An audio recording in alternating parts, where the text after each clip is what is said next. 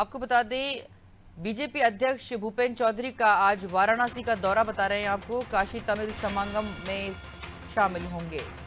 केंद्रीय गृह मंत्री अमित शाह भी पहुंचेंगे वाराणसी। आपको लखनऊ से इस वक्त की बड़ी खबर बता दें, बीजेपी अध्यक्ष भूपेंद्र चौधरी का वाराणसी दौरा रहेगा। काशी तमिल समागम कार्यक्रम में सम्मिलित होंगे। साथ में केंद्रीय गृह मंत्री अमित शाह भी वाराणसी पहुंच रहे हैं। इस वक्त की बड़ी खबर आपको बता रहे हैं, काशी तमिल समागम कार्यक्रम में सम्मिलित होने बीजेपी अध्यक्ष भूपेंद्र चौधरी और केंद्रीय गृह मंत्री अमित शाह पहुंच रहे हैं वाराणसी। बात करेंगे संजय पांडे से। संजय, जिस तरह से अब काशी तमिल समागम कार्यक्रम में सम्मिलित होने के लिए बीजेपी अध्यक्ष भूपेंद्र चौधरी पहुंच रहे वाराणसी, क्या अधिक जानकारी उनके आगमन पर, और साथ में केंद्रीय गृह मंत्री अमित शाह भी पहुंच रहे हैं, दोनों के वहां पर पहुंचने पर क्या अधिक जानकारी और किस तरह का रहेगा काशी तमिल समागम, और क्या खास बातें हैं काशी तमिल समागम से जुड़ी हुई? तमिलनाडु की परंपराओं और काशी के जुड़ाव को इस एक महीने से लगातार ये प्रदर्शनी चल रहा था और उसके समागम को दिखाया जाता है, उसके दोनों के तापस के तालमेल को दिखाया जाता है। जैसे कि तमिलनाडु में जो रहन सहन है, वहाँ की संस्कृति है, उसका जुड़ाव काशी में देखने को एक महीने से लगातार ये मिल रहा था। एक महीने से कार्यक्रम चल रहा था, आज अंतिम दिन है। तो इस सिलसिले में आज उत्तर प्रदेश के बीजेपी प्रदेश अध्यक्ष भूपेंद्र चौधरी वहां पे पहुंचेंगे और रात्रि निवास भी करेंगे। इसी सिलसिले में गृह मंत्री अमित शाह भी आज तमिल काशी संगमम के उस कार्यक्रम में पहुंच रहे हैं। तो ये 4 बजे अमित शाह जी पहुंचेंगे। इनके आने के कई मायने हैं, कई कारण माने जा रहे हैं, और ये अमित शाह जी 4 बजे लगभग पहुंचेंगे। उसके बाद एक जनसभा को भी संबोधित करेंगे। जो वहां लोग होंगे उनको संबोधित करेंगे। कई विषयों पर वो वहां पे बातें कर सकते हैं। 2024 चुनाव, लोकसभा 2024 का चुनाव, उस पर भी चर्चा करेंगे संगठन के साथ मिलकर। और सबसे अहम ये माना जा रहा है कि जो नगर निकाय का चुनाव है उस पर भी अमित शाह जी का मंथन करेंगे। और वहीं से आज कई महापौर प्रत्याशियों की सूची तैयार की जाएगी कि चेहरे तैयार किए जाएंगे कि इनको ही टिकट देना है। इस पे भी मंथन किया जा सकता है। तो काफी अहम रहने वाला है, क्योंकि ये लगातार एक महीने से चल रहा था।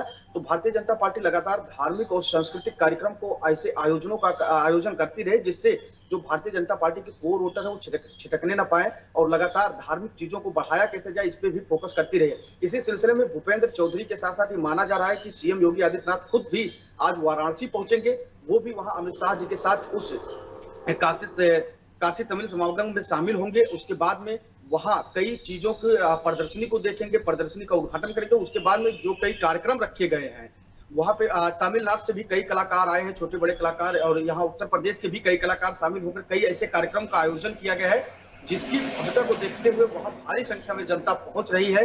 तो लगातार ये सरकार का प्रयास रहा है कि कैसे संस्कृति, क्योंकि वाराणसी अपने आप में नरेंद्र मोदी प्रधानमंत्री का अपना लोकसभा क्षेत्र रहा है। तो इसके अंतर्गत वहां पे हमेशा से भव्यता का कार्यक्रम होता है। अभी पिछले दिनों ही जो काशी विश्वनाथ बाबा का दरबार है उसमें 100 करोड़ से अधिक संपत्ति की दान हुई। तो ये जो कार्यक्रम हो रहे हैं उसका ही कहीं ना कहीं असर है, क्योंकि इतनी बड़ी संख्या में अलग अलग क्षेत्र से, अलग अलग स्टेट से और देश विदेश से लोग यहाँ अब भ्रमण करने आ रहे हैं। संजय, और कौन कौन इस काशी तमिल समागम में सम्मिलित होंगे? इसमें मुख्यमंत्री योगी आदित्यनाथ हैं, केंद्रीय मंत्री अमित शाह हैं, और साथ में भूपेंद्र चौधरी हैं। इसके अलावा कौन अधिक इसमें शामिल होने की संभावना जताई जा रही है? कौन अधिक बड़े मंत्री हैं? क्या स्थानीय नेता, कौन कौन इसमें शामिल होगा? जी, मैं बिल्कुल बता दूं कि सीएम योगी आदित्यनाथ के साथ साथ भूपेंद्र चौधरी पहले ही पहुंच जाएंगे। सीएम योगी से पहुंचने की जो उम्मीद जताई जा रही है वो 3 साढ़े 3 बजे की है। इसके बाद अगर अमित शाह जी आएंगे ही आएंगे।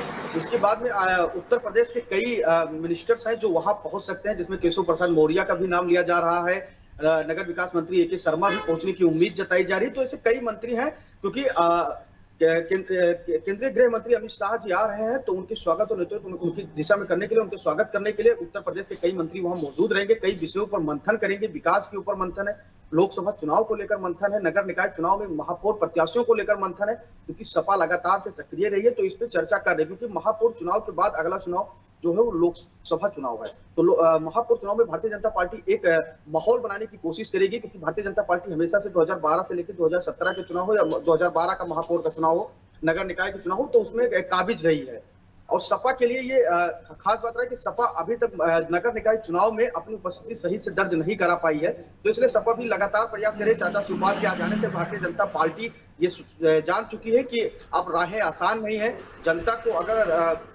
जनता से अगर वोट लेना है तो ऐसे हमें कई चीजों पर मंथन करनी पड़ेगी, जनता की समस्याओं पर मंथन करनी पड़ेगी, जनता की चीजों को लेकर हमें जाननी पड़ेगी कि जनता आखिर चाहती क्या है। तो इन विषयों पर भी मंथन होगा, क्योंकि लोकसभा चुनाव भारतीय जनता पार्टी माना जाता है कि उत्तर प्रदेश वो सीढ़ी है कि जहां से चढ़कर प्रधानमंत्री की कुर्सी तक जाया जाता है।